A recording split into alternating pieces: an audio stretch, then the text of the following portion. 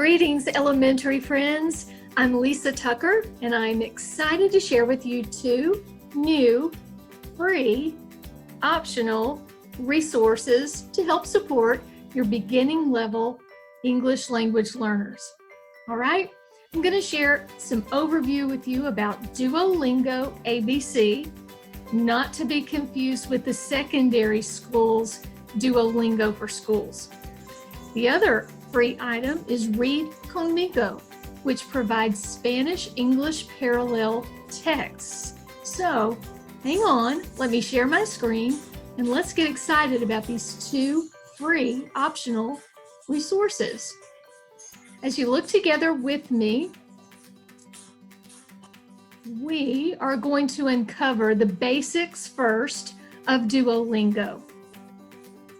Duolingo ABC was recently revised, reworked, and it is a free app for iPad only. Please note, again, this is an optional resource. You are not required to use this resource. No one is going to ask you for any data or any kind of usage report associated with Duolingo ABC. It is simply a supplemental that can be used for basic support for those elementary L's who are at the very beginning stages of learning English. Please remember too, it is unlike Duolingo for Schools, which is the grade 6 through 12 account. It is available on the iPad only. It is a free app only for iPad use. It will not work on a Chromebook or other computer device. It does work on an iPhone, but we are not, certainly not using those in the classroom. So as our hopes are to become more of a one-to-one ratio with iPads in the elementary school, you'll find this tool is an optional resource to provide that very basic foundational support for letter recognition, phonemic awareness, and sight word support. K through 5 should not exceed 10 minutes per day. You'll find that it's a very fun app. Gamification has made it extremely popular with young students, and we're going to explore a little bit more. As you see here, the app is not available through ClassLink, so you will not find it on a student's ClassLink account, nor should you request it to be placed there. It will be placed on the home screen of the iPad itself, and it will be opened through that app on the iPad itself, not through ClassLink. We have already pushed lots of accounts through, but as you know, we are still in the process district-wide of collecting devices. MIS is still working to clean certain devices that were used in the spring during our transition to online learning. So with that, you may find you have a new iPad or one that did not receive the app already. If that's the case, if the app is not on your student's iPad, first locate the iPad number, do that through settings, and look for the actual number associated with the iPad. This is not the sticker that might be on the back of the iPad. This has to be done through settings on the iPad itself. Then contact Bill Hagen at hagenw@okaloosaschools.com with the information to request the app be added. He will not set up an account for a student name. You're going to be requesting Duolingo ABC and then watch for that update to appear on the student's iPad. Sometimes that takes 24 hours, sometimes less, but you can imagine at the beginning of school, we should expect some delays. When you do open the app, the very first thing you'll be asked is to provide an email address. This might be an instruction that looks like it's intended for a parent, because normally this is who uses the Duolingo ABC or has used it in the past. When you open this app and you see the request for email address, please use the student's OCSD email address, right? This way, the parent and student can use their own email address if they wish for home access.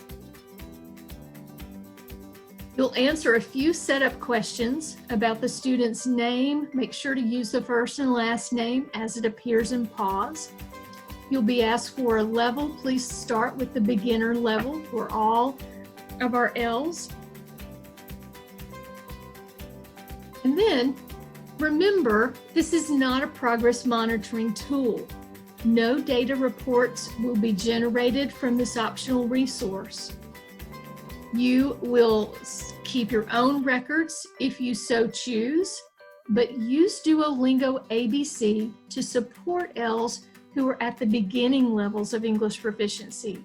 A student at WIDA Tier C should not need this product. This is so basic, a WIDA Tier B or C student would be easily distracted by it. This is to build letter recognition and basic sight word repetition opportunities for the beginning student. Duolingo ABC should never replace Max Scholar or iReady Time. That goes without saying. The very first lessons that the student will encounter in Duolingo ABC will involve a little monkey face and icon, and most of the first lessons are really to help the student understand how to use the technology, how to click certain things and how to follow the directions, even if they cannot read well or even in their home language, if their home language literacy is low. They'll be able to use the icons and visuals to follow the tech navigation examples. It becomes very intuitive after the first few lessons. May an ESOL interpreter assist? Absolutely. Should any ed support personnel or volunteer actually do this for the student? No, that defeats the purpose. But having someone assist and encourage and provide that reinforcement can certainly be expected in those first few lessons. The student will not be autonomous immediately with this product. It does look like a lot of fun, and that's because it is a lot of fun.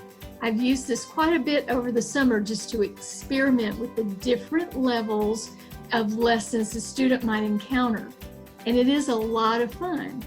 The power of gamification comes when the student begins to connect a letter, sound, or word with other learning opportunities in the classroom.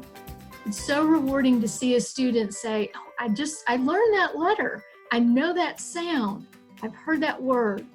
We're building those necessary connections, and I think you'll find a lot of ways to use this wonderful optional resource. Okay? Now, we are ready to look at the second resource. Resource number 2, and also free. During our transition to online school last spring, we saw a lot of companies in the universe begin to offer things free in support of our huge task as educators to move quickly to online learning. Read Conmigo was already free, but it was very, very unknown. And the online transition that we made last spring brought companies like this one to light in a whole new way.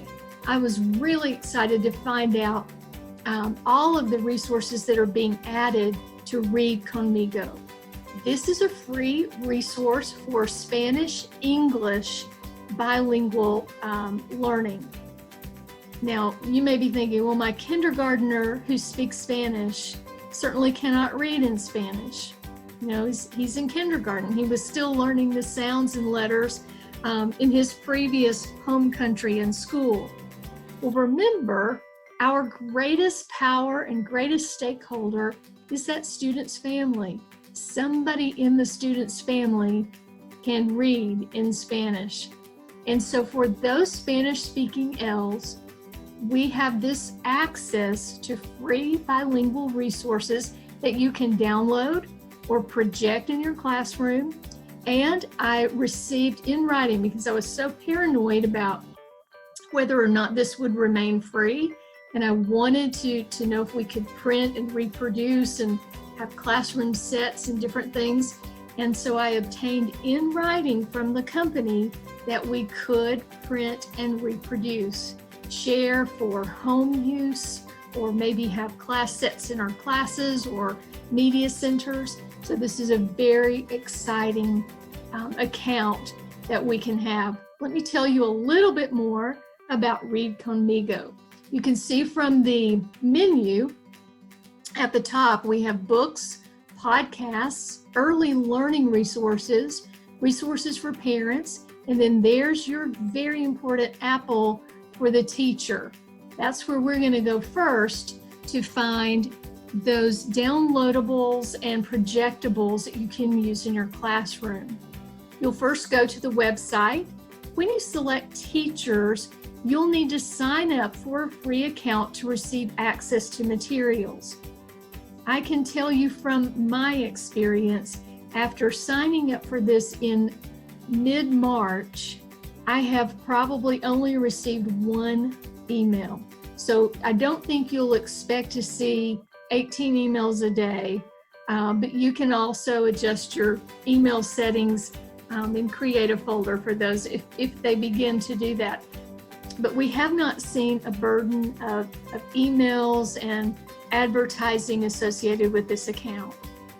This is built, as you can read in their newsletter, from the foundation whose commitment is to support bilingualism, the power of bilingualism with our Spanish-speaking students. You can also use the Parent tab to provide information to Spanish-speaking families about resources that they can use to support their child's education at home. So in your family literacy nights, however those look in this very unique 2021 school year that we're all embarking on, however that family engagement activity or literacy events take place at your school, please don't neglect to explore these resources to see how you might share those. And I'm always willing to be a guest, take 5 minutes or so at your meeting, your parent meetings, to help with other resources. All you need to do is invite me early enough so I can make the time on the schedule. You'll see one of the latest books that they have released is My First School Words. So the parallel text in English and in Spanish goes straight through some powerful, that point of use words for the classroom and the school environment as a whole. Everything from the bus to now the all-important clinic area, the cafeteria, the classroom, supplies, all of those things are available through this wonderfully easy to read book. This would be great to use as a supplement in your classroom and to also give that great power to read, see, and hear words in support of the home language as we're learning English. This is just a screenshot of other books from the menu. There are so many. I had a really hard time deciding where my screenshot would land, but I wanted to give you a glimpse of how gender appropriate. We have boy books, we have girl books, we have informational text. You're able to see listings by grade level and age appropriateness. Again, when you click the download now, it will appear in your box as a PDF, and you can print as a booklet. And it's just a fantastic way, again, to support your library building. for those wonderful students. We do know among our 1,300 ESOL students, our 1,340 something ESOL students, 70% or more are Spanish speaking. So with Spanish as the majority first language of many of our English language learners, we really want to explore ways to support their literacy development. And these are content area specific too. You'll find in the listing of books many things that relate to other areas of content. So we're looking at science texts. There are even some fine arts texts. I think you'll be excited to see all genres represented. And there's the face of a happy reader. That's what we want to see. Building literacy, building power. One student at a time, and I am thankful for you, the great educators in Okaloosa County. Stay tuned for more. I'm sure we'll have more updates in the coming days. Thank you.